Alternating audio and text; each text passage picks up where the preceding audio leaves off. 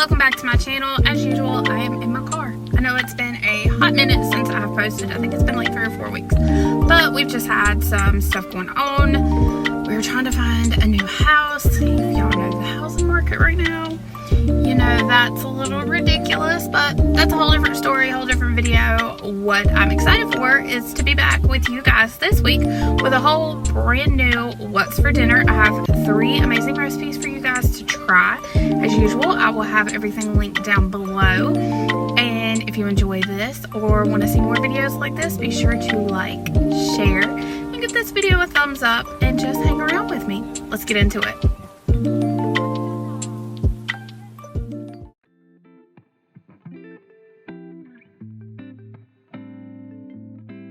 For our first meal, we are going to make the best Crock-Pot chicken ever. To do this, we're going to start out with 1 can of cream of chicken soup, and we're going to add in 1 packet of pork gravy. I know it sounds crazy, but trust the process. 1 packet of beefy onion soup mix. We're also going to add in some dried parsley flakes, a little bit of freshly ground cracked black pepper, and 1.5 cans of water.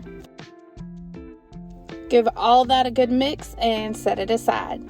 In a hot skillet with some oil that I've heated up, I'm going to add in 3 medium-sized chicken breasts, and I'm just going to brown these on each side. I am not trying to cook them all the way through because they're going to cook in the crock pot, but I just want to get a nice sear and a nice color on each side.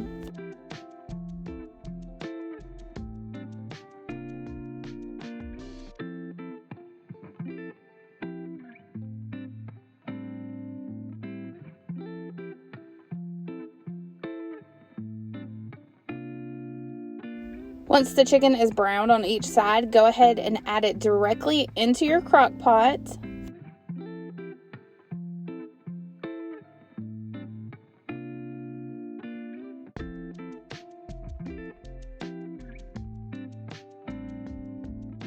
We'll cover this and cook it on low for about 8 to 10 hours or on high for about 5 to 6. Once the chicken's done cooking, you can either take it out and shred it up with 2 forks or in a blender, or like I like to do, I just leave it in the crock pot and shred it up with my Pampered Chef Mix and Chop, I believe is what it's called. And then it has all of that gravy mixed in with it, and I just served ours over some mashed potatoes with some black-eyed peas.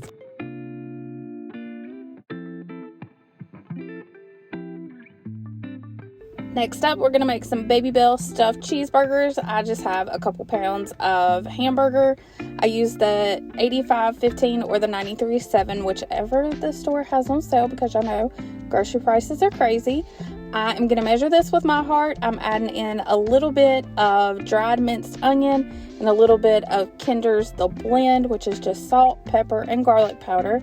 I'm going to mix that together really well, work that all the way through my meat, and then just separate this out into 6 equal sized burger patties.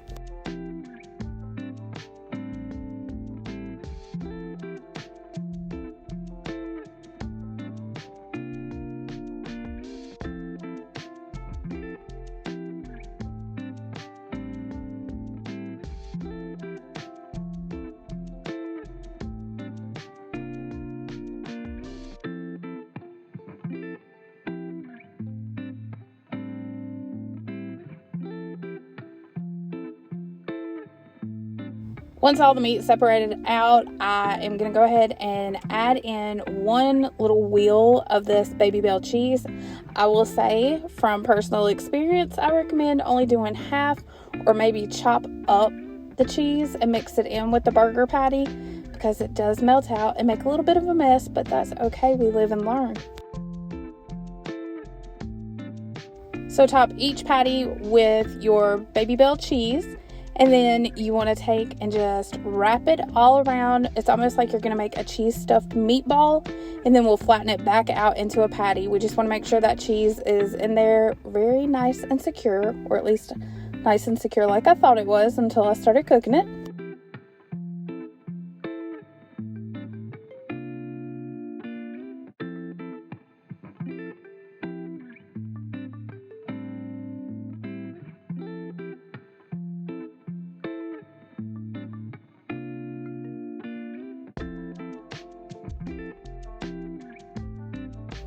Now at this point, it's time to go ahead and throw these on the grill. I'm going to use my George Foreman because I do not like to fry cheeseburgers on the stove. I feel like I make too much of a mess. So it is totally up to you however you do these. If you prefer to make them in the oven, go for it. If you want to do it on an outdoor grill, absolutely. I'm just using my George Foreman, and I'm going to cook them until they're no longer pink in the middle. You cook them however long you like your burger to be, or whatever doneness you like your burger to be. Let me put it that way. And then top it however you like. I am typically a mayonnaise, lettuce, and cheese kind of girl, but since I have the cheese inside of my burger, I'm gonna skip that part. I'm gonna put some mayonnaise on my bun, and I didn't have any lettuce when I made this, but it's okay. It still tasted just as good. So top it however you like. Serve it with whatever side you like. We had chips, and there you go. A simple, easy meal, but it's so good.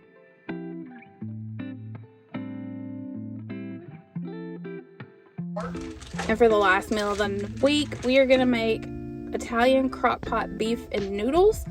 I have 2 pounds of stew beef meat that I've just went ahead and put in my crock pot. I'm gonna top it with 1 stick of unsalted butter.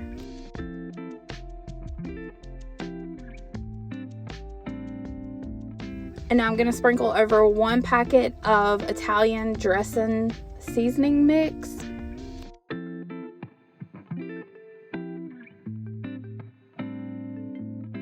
This is what you want it to look like. Do not add any water or anything. Cover it and cook on low for about 8 hours or high for about 4.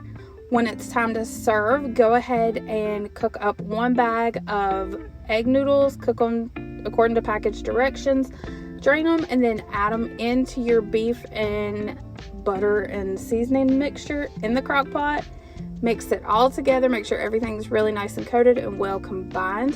And you have a simple 3-ingredient dinner that tastes so good and tastes like you slept away over it all day long.